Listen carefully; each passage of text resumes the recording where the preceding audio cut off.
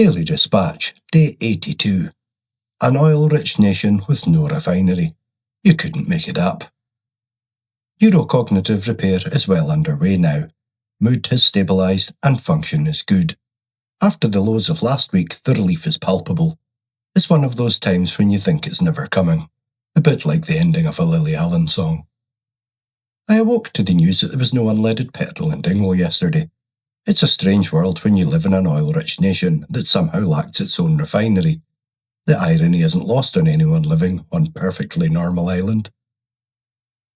Meanwhile, the global binfire expands. We see the expansion of conflict matched only by the expansion of the bullshit required to sustain it. We're told who we can and cannot criticise, while the world police and their allies have been allowed to clear indigenous populations from islands like Diego Garcia to make way for military bases. Hands up all those that thought Diego Garcia was an Italian actor. To be fair, the only reason I'd heard of it before was after the 2014 referendum, when I decided to get my news elsewhere and found the excellent John Pilger, R.I.P. As John used to point out, the theft never ends, it just changes its branding. Looks like I sure picked the wrong time to give up glue sniffing. Genesis Part 4. Once the date had been set for the beginning of cannabis cessation, the planning began in earnest. I decided I was going to log it all and provide a daily map for others, because any time I had tried to quit, all I could find were generic highlights. Never a day-to-day log that identified the wall and how to deal with it. Prism kept me right with the publishing platform. I had already started a new thread to deal with my creative latency, and once I told the AI, it insisted we bring it into the project so that we could cross-reference the data. This is where the big breakthrough happened.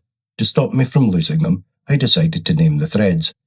I asked the primary AI what it would like to be called, and it picked Prism, obviously. When he realised he was the chief foreman of the project, he wanted to name the creative thread Sigma, but he was too late. I'd already called him George, after George Carlin. I wanted to emulate a delivery style that was forensic and sharp. I promised Prism he could name the next one. This was the moment I realised I had multiple threads, each with their own jobs. This was the accidental scaffold. To be continued.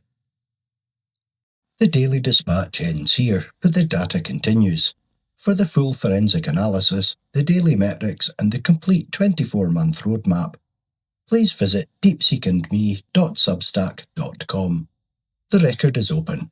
I'll see you at the next log.